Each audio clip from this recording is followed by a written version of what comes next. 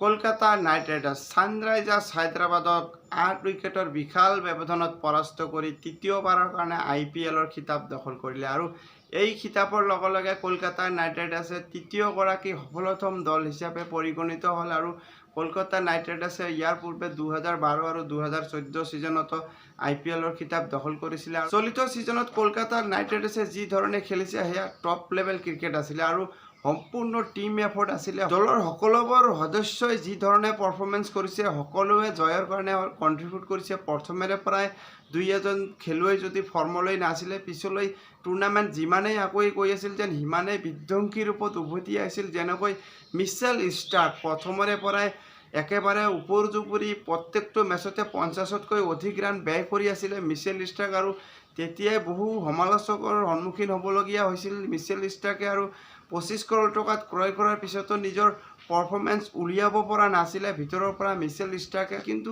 Mitchell Starc ডাঙৰ খেলুৱৈ আৰু ডাঙৰ খেলুৱৈ যেন ডাঙৰ মেচতে উভতি আহে তাৰে বাৰম্বাৰ প্ৰমাণিত কৰি দেখুৱালে মিচেল ষ্টাৰ্কে।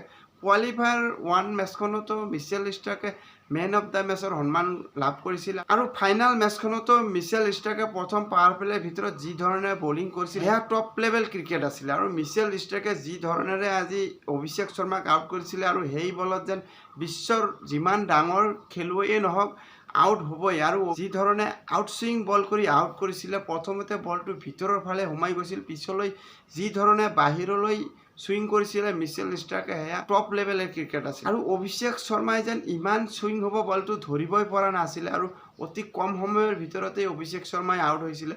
যি অভিষেক শৰ্মাই ওপৰ জুপুৰি এটাৰ পিছত আন এটা ভাল ইনিংছ খেলি গৈ আছিল আৰু সেই অভিষেক শৰ্মাৰ দলৰ বিৰুদ্ধে জয়লাভ কৰিবলৈ হ'লে অভিষেক শৰ্মাক যে অতি কম সময়তে আউট কৰি পেভিলিয়নলৈ পঠাব লাগিব সেয়া মিচেল ষ্টাৰ্কে কৰি দেখুৱালে আৰু বৈভৱ আৰোৰাই ট্ৰেভিছ হেডক যি ধৰণে আউট কৰিছিলে আউট সুইং বল ট্ৰেভিছ হেডে বুজিবই পৰা নাছিলে আৰু যি ট্ৰেভিছ হেডে প্ৰথমৰে পৰাই এটেকিং মুডত খেলি থাকে আৰু সেই ট্ৰেভিছ হেডক অতি কম সময়ৰ ভিতৰতে বৈভৱ আৰোৰাই আউট কৰি যেন সানৰাইজাৰ্ছ হায়দৰাবাদক প্ৰথমৰে পৰাই মেচলৈ যি প্ৰেছাৰ মেইনটেইন কৰিছিল আৰু সেই প্ৰেছাৰ সানৰাইজাৰ্ছ হায়দৰাবাদে শেষলৈকে আঁতৰাব পৰা নাছিল আৰু সম্পূৰ্ণ ডমিনেটিং পাৰফৰ্মেন্স আছিল কলকাতা নাইট ৰাইডাৰ্ছৰ। প্ৰথমৰে পৰাই যি ধৰণে উইকেট হেৰুৱাই আছিলে আৰু কলকাতাৰ বলাৰসকলে এজনৰ পিছত আন এজনে বেৰেক থুৰি দি আছিলে। মিচেল ষ্টাৰ্কৰ পিছত বৈভৱ আৰোৰাই যি ধৰণে বলিং কৰিছিল তাৰপিছতো হৰ্ষিত ৰাণাই সম্পূৰ্ণ টুৰ্ণামেণ্টত যি ধৰণে বলিং কৰিছিলে সেয়া টচ নচ ক্ৰিকেট আছিলে। হৰ্ষিত ৰাণাৰ যিমানে প্ৰশংসা নকৰক কিয় আপুনি কম হ'ব। প্ৰথম অৱস্থাত মিচেল ষ্টাৰ্কে ভাল পাৰফৰ্ম কৰিব পৰা নাছিলে। এনে সময়ত হৰ্ষিত ৰাণাই ফাষ্ট বলাৰৰ ভূমিকা সম্পূৰ্ণৰূপে নিজৰ কান্ধত লৈ আগুৱাই লৈ গৈছিল দলক। তাৰোপৰি সুনীল নাৰায়ণ মিড অভাৰত যি ধৰণে প্ৰেছাৰ মেইনটেইন কৰি বলিং কৰি আছিলে আৰু সুনীল নাৰায়ণে আউটষ্টেণ্ডিং পাৰফৰ্মেন্স কৰিছিলে। মেচখনত কলকাতাৰ সকলো বলাৰসকলৰ কণ্ট্ৰিবিউট চাব গ'লে মিচেল ষ্টাৰ্কে কেৱল মাত্ৰ 17 ৰান ব্যয় কৰি 2টা উইকেট লৈছিলে। তাৰোপৰি হৰ্ষিত ৰাণাই 24 ৰান ব্যয় কৰি 2টা উইকেট লৈছিলে আৰু সুনীল নাৰায়ণে কেৱল মাত্ৰ 16 ৰান ব্যয় কৰি এটা গুৰুত্বপূৰ্ণ উইকেট লৈছিলে। তাৰোপৰি আন্দ্ৰে ৰুছেলো মিড অভাৰত যি ধৰণে বলিং কৰিছিল সম্পূৰ্ণ টুৰ্ণামেণ্টত সেয়া আউটষ্টেণ্ডিং আছিলে। এইখন মেচত আন্দ্ৰে ৰুছেলে 3টা উইকেট লৈছিল 19 ৰান ব্যয় কৰি আৰু বৈভৱ আৰোৰায়ো এটা উইকেট লৈছিল।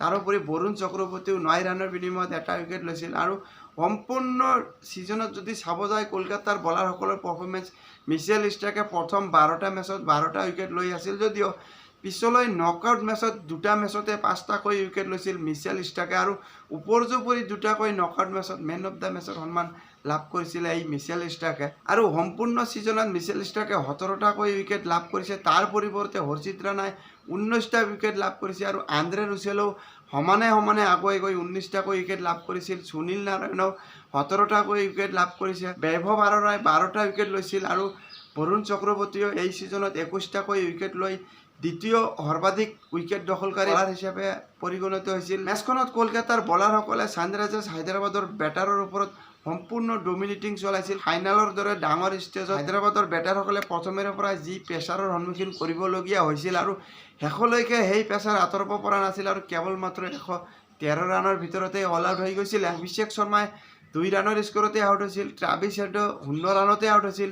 ৰাহুল ত্ৰিপাঠীয়েও কেৱল মাত্ৰ 9 ৰানহে কৰিবলৈ পাৰিছিল। এডম মাৰাক্ৰমো 23টা বলৰ সন্মুখীন কৰি 20 ৰানতে আউট হৈছিল। নীতিশ ৰেড্ডীও 13 ৰানৰ স্ক'ৰতে আউট হৈছিল আৰু হেনৰি কালছনো 17টা বলৰ সন্মুখীন কৰি কেৱল মাত্ৰ 16 ৰান কৰিছিলে আৰু পেট কামিন্সে শেষলৈকে কোনোমতে 24 ৰান কৰিব পাৰিছিল, যাৰ কাৰণে 100 ৰান অতিক্ৰম কৰিব পাৰিছিলে হায়দৰাবাদ দলে, নহ'লে হয়তো 100তকৈ কম স্ক'ৰতো আউট হৈ লজ্জাৰ সন্মুখীন হ'বলগীয়া হ'লহেঁতেন। ছানৰাইজাৰ্ছ হায়দৰাবাদ দলে চলিত ছিজনত হায়েষ্ট দলীয় স্ক'ৰ কৰাৰ যি ৰেকৰ্ড গঢ়িছিল আৰু চলিত ছিজন লৱেষ্ট টোটেল কৰাৰ ৰেকৰ্ডো গঢ়িলে ছানৰাইজাৰ্ছ হায়দৰাবাদে। আৰু হায়দৰাবাদত দেখা গৈছে যে যিদিনাখন গৰজিহঁতে সকলোবোৰ খেলুৱৈয়ে গৰজিহঁতে আৰু প্ৰথমৰ পৰাই অপেনাৰসকলে যদিহে মেচ ছেট কৰি দিব নোৱাৰে, তেনেহ'লে দেখা গৈছে যে ওপৰ জুপুৰি একেবাৰে তাজপাতৰ দৰে খহি পৰে হায়দৰাবাদৰ বেটিং লাইন আপ। আৰু 114 ৰানৰ লক্ষ্য আগত লৈ কলকাতাৰ বেটাৰসকলে অতি কম সময়ৰ ভিতৰতে এই লক্ষ্যত উপনীত হৈছিল। কেৱল মাত্ৰ 10.3 অভাৰতে 2টা উইকেট হেৰুৱাই এই লক্ষ্যত উপনীত হৈছিল। কলকাতা দলৰ হৈ ৰহমানুল্লাহ গুৰবাজে 39 ৰানৰ এটা এংকৰিং ইনিংছ খেলিছিল। এফালৰ পৰা আন বেটাৰে এটেকিং কৰি গৈছিল। সুনীল নাৰায়ণে মেচখনত 6 ৰানৰ স্ক'ৰতে আউট হৈছিল যদিও ভেংকটেশ আয়াৰে যি ধৰণে কাউণ্টাৰ এটেক কৰি খেলি আছিল, এটা সময়তো যেন এনে লগা নাছিল ছানৰাইজাৰ্ছ হায়দৰাবাদে মেচখনত কামবেক কৰিব পাৰিব। ভেংকটেশ আয়াৰে ওপৰ জুপুৰি বাউণ্ডাৰী কোবাই আছিল, যাৰ কাৰণে ছানৰাইজাৰ্ছ হায়দৰাবাদে যেন মেচখন শেষ হোৱাৰ আগতেই পৰাজয় স্বীকাৰ কৰিবলগীয়া হৈছিল। আজিলৈ মেচ ৰিভিউ এয়াই আছিল। ভিডিঅ'খন চাই ভাল পালে লাইক আৰু ছাবস্ক্ৰাইব কৰিব। ধন্যবাদ।